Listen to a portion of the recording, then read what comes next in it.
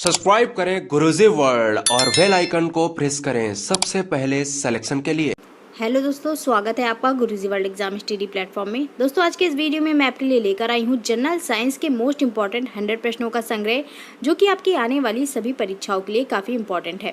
तो इस वीडियो में लास्ट तक बने रहिएगा। सभी प्रश्न आपके लिए मोस्ट इंपॉर्टेंट और सिलेक्टेड लिए गए हैं। पहला प्रश्न देखेंगे दोस्तों। पहला प्रश्न है आपकी स्क्रीन पर, कार्य का मात्रक क्या है। मोस्ट इंपॉर्टेंट प्रश्न है दोस्तों, कई बार एग्जाम में पूछा गया है। बात करें कार्य की मात्रक की, जूल, न्यूटन, वॉट या फिर डाइन, इनमें से इसका मात्रक क्या है। राइट आंसर दोस्तों चला जाएगा जूल के साथ।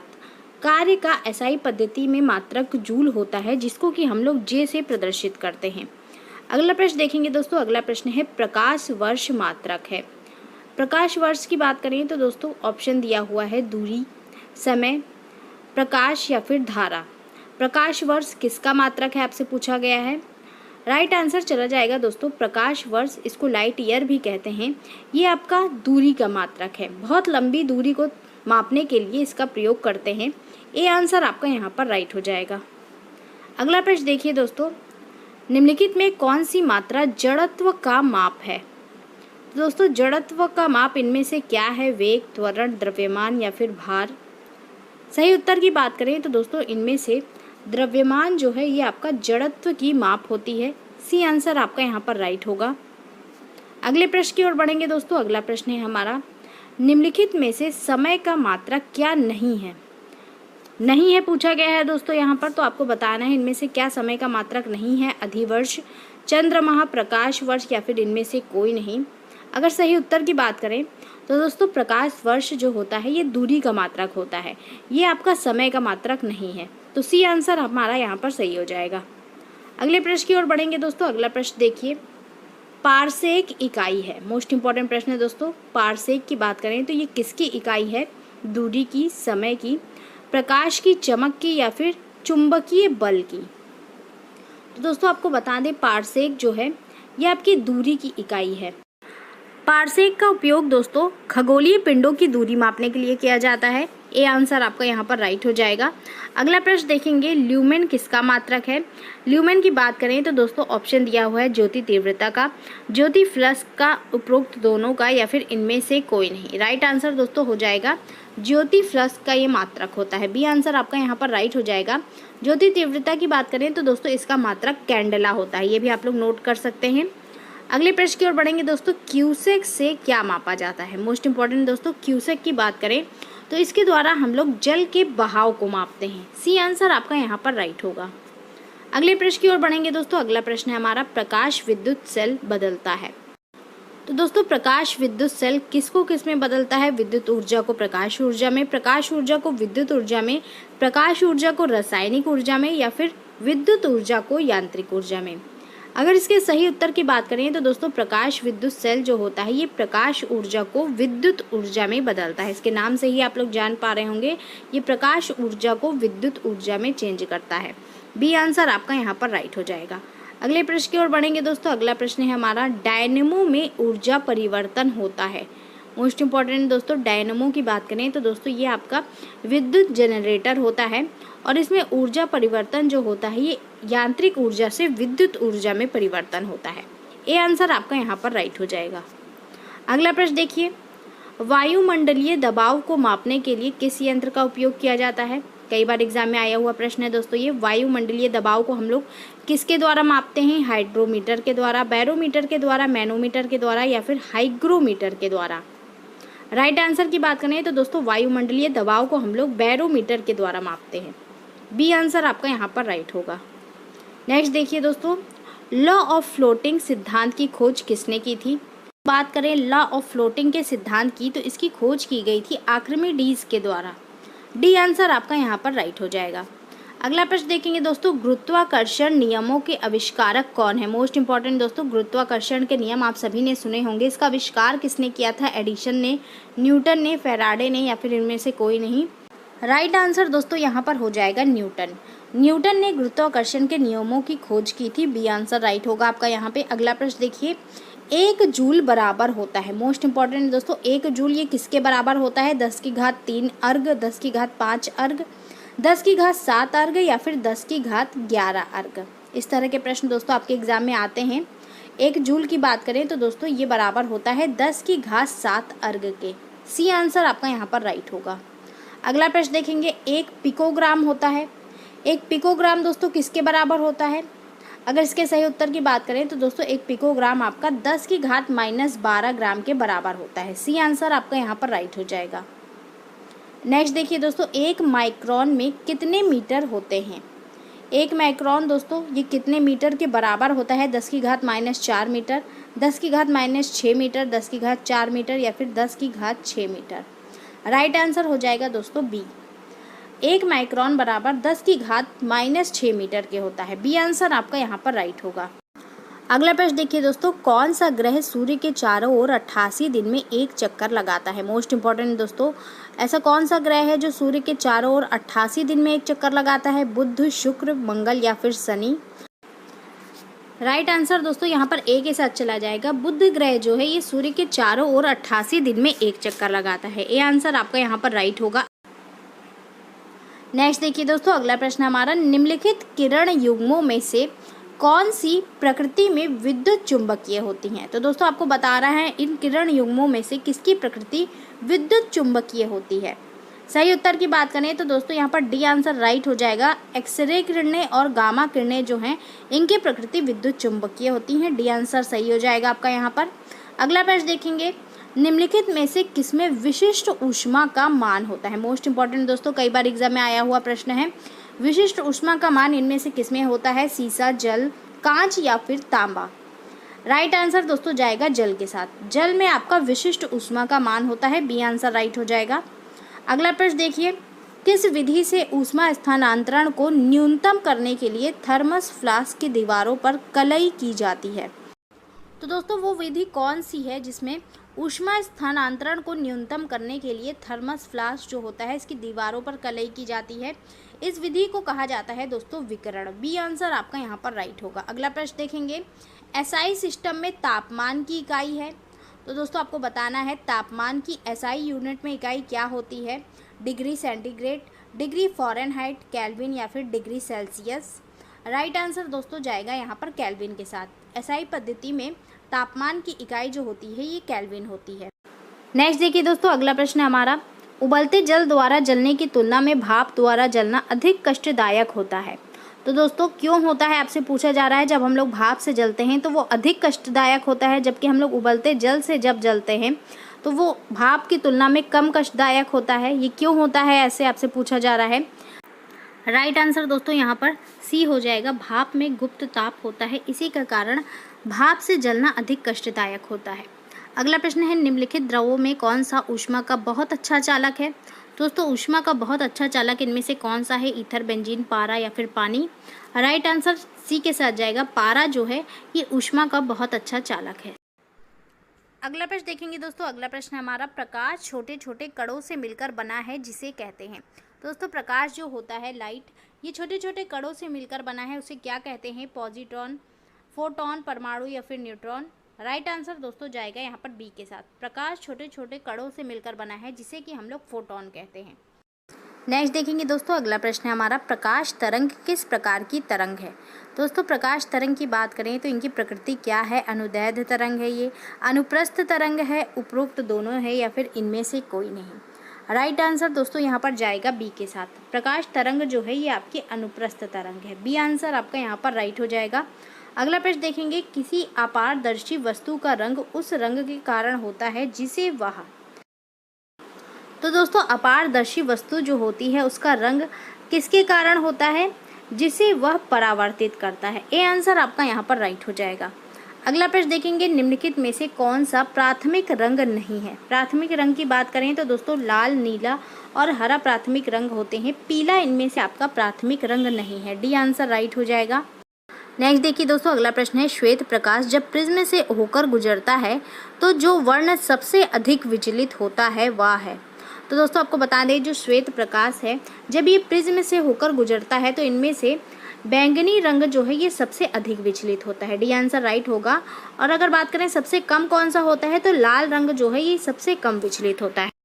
अगला प्रश्न देखिए दोस्तों, रॉकेट की कार्य प्रणाली किस सिद्धांत पर आधारित होती है? ऑप्शन दिया हुआ है रैखिक संवेग का संरक्षण, आर्किमिडीज का सिद्धांत, न्यूटन का नियम या फिर इनमें से कोई नहीं।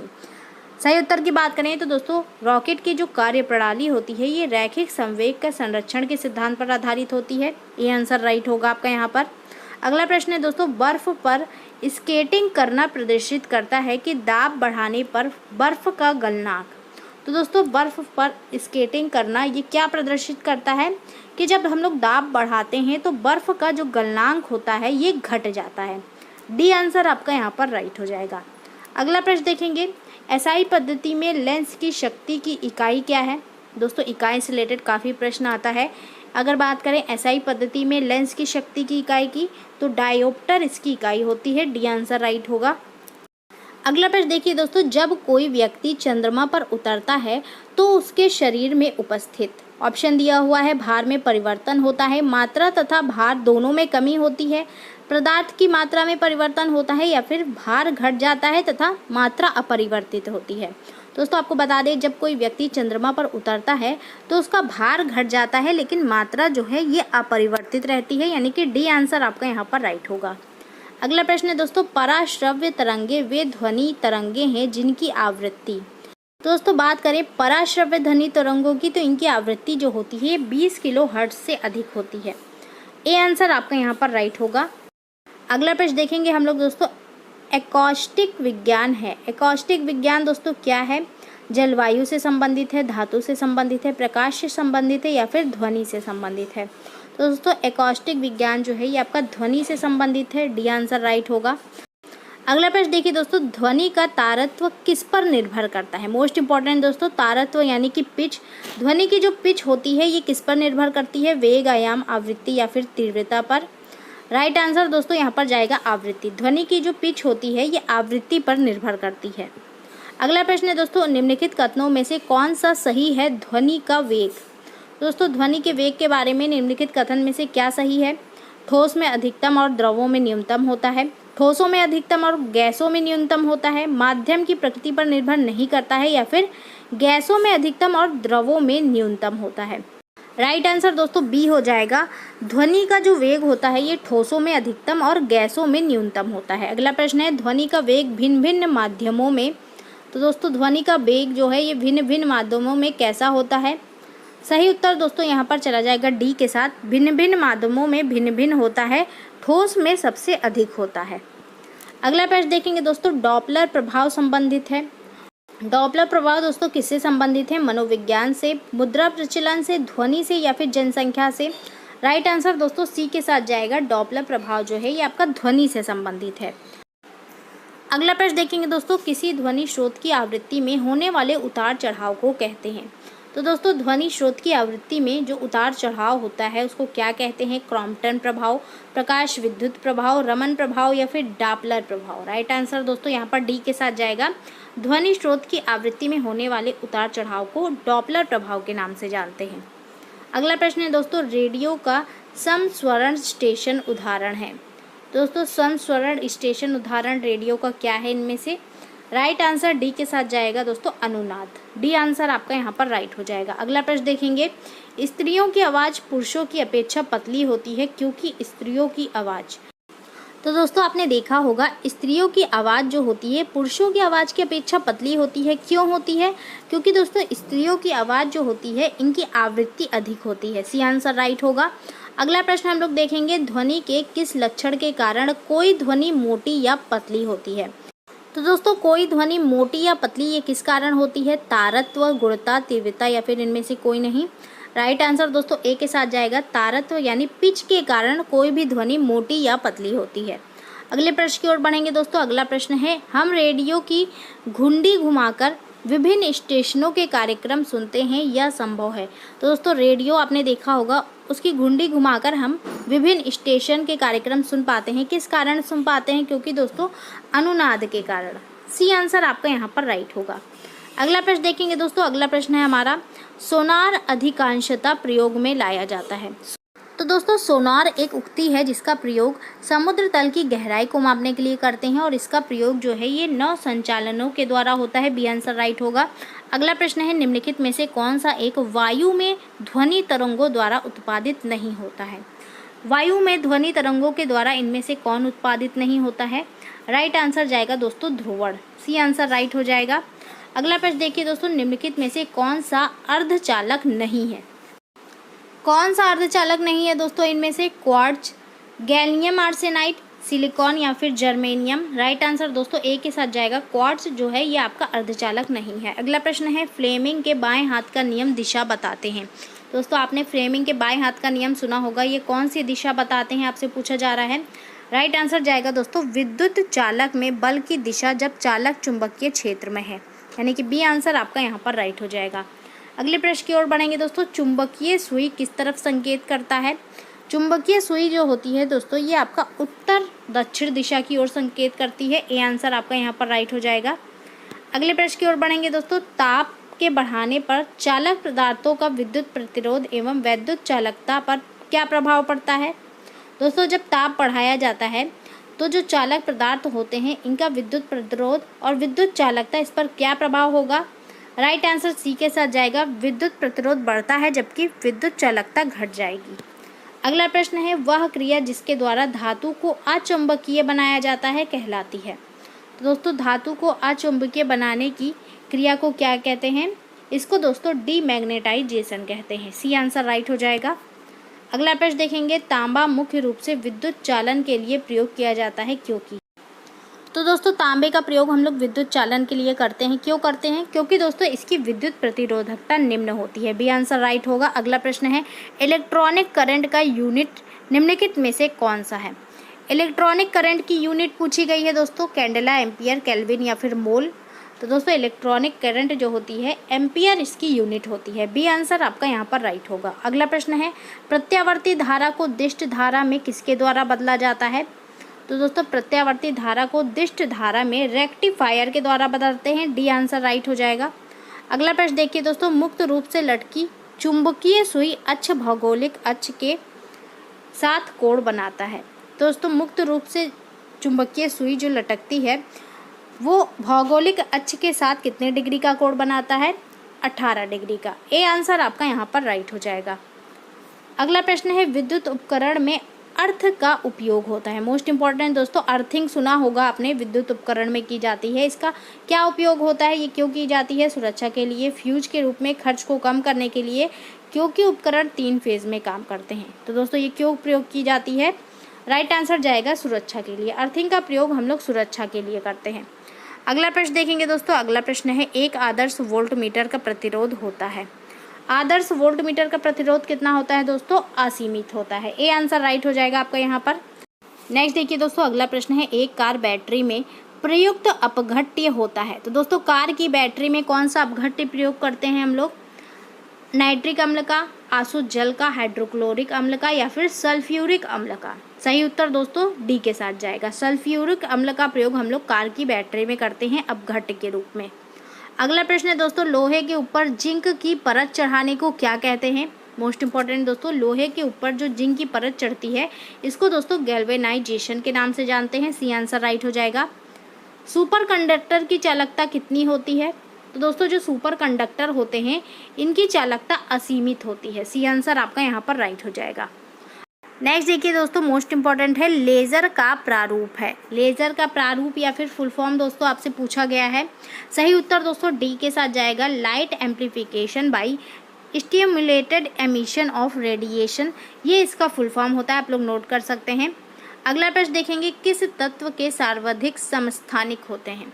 समस्थानिक दोस्तों किस तत्व के सबसे अधिक होते हैं। हाइड्रोजन, पोलोनियम, यूरेनियम या फिर रेडियम।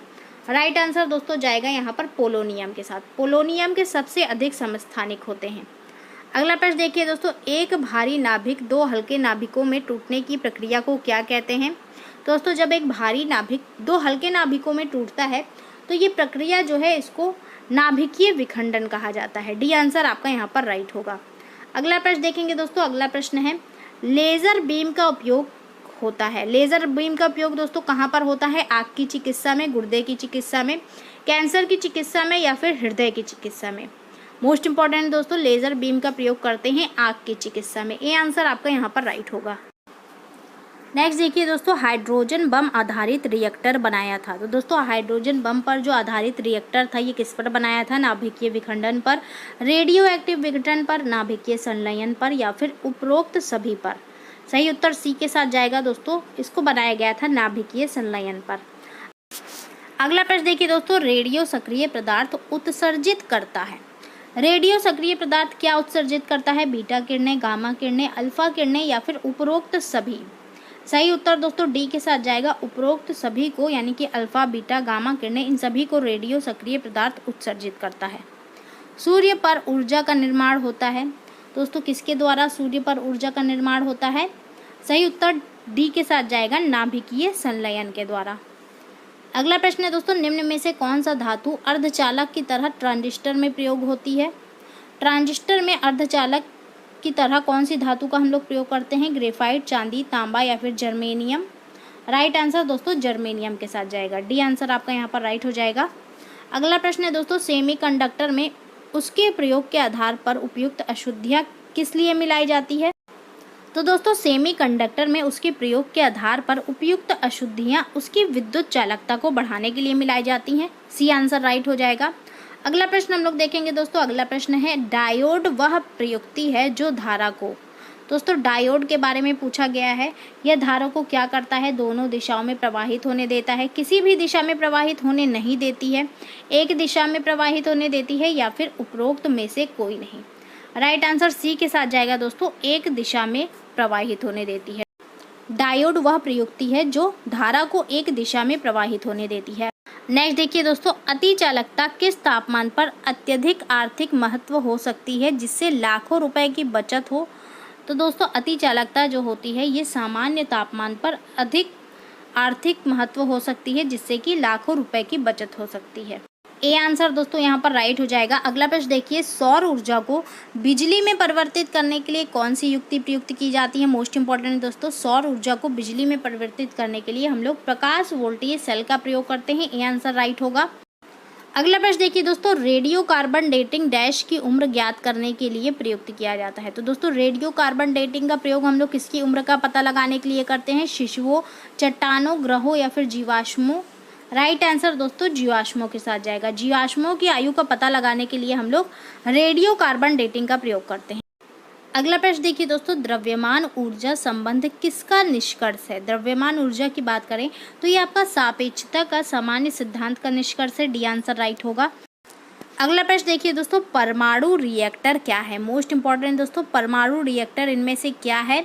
सही उत्तर बी के साथ जाएगा, ये आपका एक आणविक भट्टी है। बी आंसर आपका यहाँ पर राइट होगा। अगला प्रश्न है, नाभिकीय रिएक्टर में भारी जल का प्रयोग किस रूप में किया जाता है? मोस्ट इंपॉर्टेंट दोस्तों, भारी जल का प्रयोग हम लोग नाभिकीय रिएक्टर में करते हैं। क्यों करते हैं? परिरक्षक के रूप में, नियंत्रक के रूप में, मंदक के रूप में या फिर शीतलक के रूप में।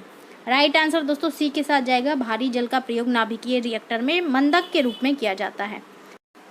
अगला प्रश्न देखिए दोस्तों, पृथ्वी की आयु का निर्धारण निम्न में से किस विधि के द्वारा किया जाता है? तो दोस्तों पृथ्वी की आयु का निर्धारण किस विधि के द्वारा होता है? राइट आंसर बी के साथ जाएगा दोस्तों, यूरेनियम डेटिंग विधि के द्वारा हम लोग पृथ्वी की आयु का निर्धारण करते हैं। अगला प्रश्न देखेंगे, कल्पक्कम के फास्ट ब्रीडर टेस्ट रिएक्टर में निम्न में से कौन सा शीतलक के रूप में प्रयोग में लाया जाता है? दोस्तों कल्पक्कम के फास्ट ब्रीडर टेस्ट रिएक्टर में हम लोग गलित सोडियम का प्रयोग करते हैं शीतलक के रूप में। बी आंसर राइट हो जाएगा। अगले प्रश्न की ओर बढ़ेंगे दोस्तों। अगला प्रश्न है, इंजनों में रेडिएटर का प्रयोग क्यों किया जाता है? तो दोस्तों इंजनों में हम लोग रेडिएटर का प्रयोग करते हैं। क्यों करते हैं? इंजन को ठंडा करने के लिए। बी आंसर आपका यहाँ पर राइट हो जाएगा।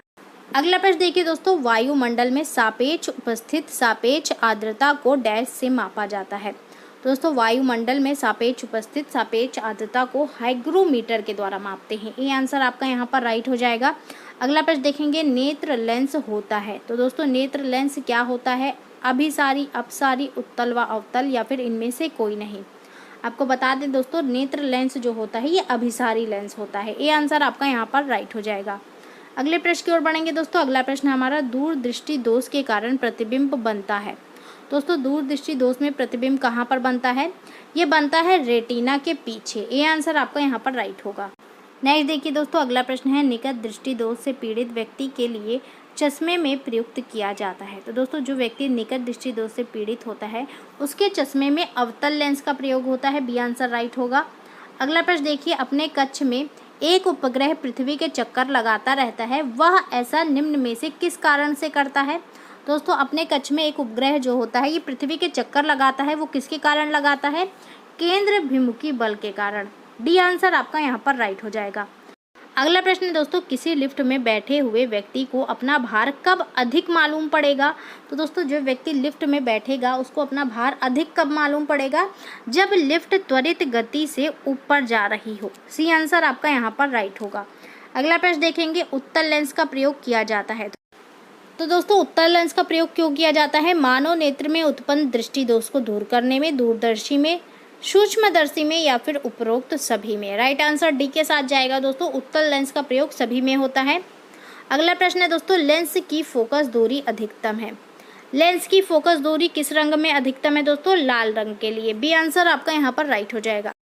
नेक्स्ट देखिए दोस्तों, वर्षा की बूंदें गोलाकार होती हैं क्योंकि? तो दोस्तों वर्षा की जो बूंद होती है ये क्यों गोलाकार होती हैं? क्योंकि जल में पृष्ठ तनाव होता है। सी आंसर राइट हो जाएगा। द्रव बूंद की संकुचित होकर न्यूनतम क्षेत्र घेरने की प्रवृत्ति का कारण होता है।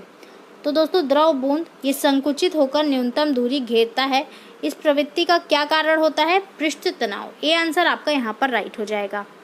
अगला प्रश्न देखेंगे दोस्तों, अगला प्रश्न है रेफ्रिजरेटर में थर्मोस्टेट का कार्य है। तो दोस्तों रेफ्रिजरेटर में थर्मोस्टेट का क्या कार्य होता है? समान तापमान बनाए रखना। सी आंसर राइट होगा। अगला प्रश्न है दोस्तों, मैनोमीटर के द्वारा किसकी माप की जाती है? मोस्ट इंपॉर्टेंट दोस्तों, मैनोमीटर की बात करें तो इसके द्वारा गैसों के दाब की माप की जाती है। बी आंसर राइट होगा। अगला प्रश्न है दोस्तों, दूध के घनत्व को किसके द्वारा मापा जाता है? दूध के घनत्व की बात करें तो इसको हम लोग लैक्टोमीटर के द्वारा मापते हैं। ए आंसर राइट होगा आपका यहाँ पर।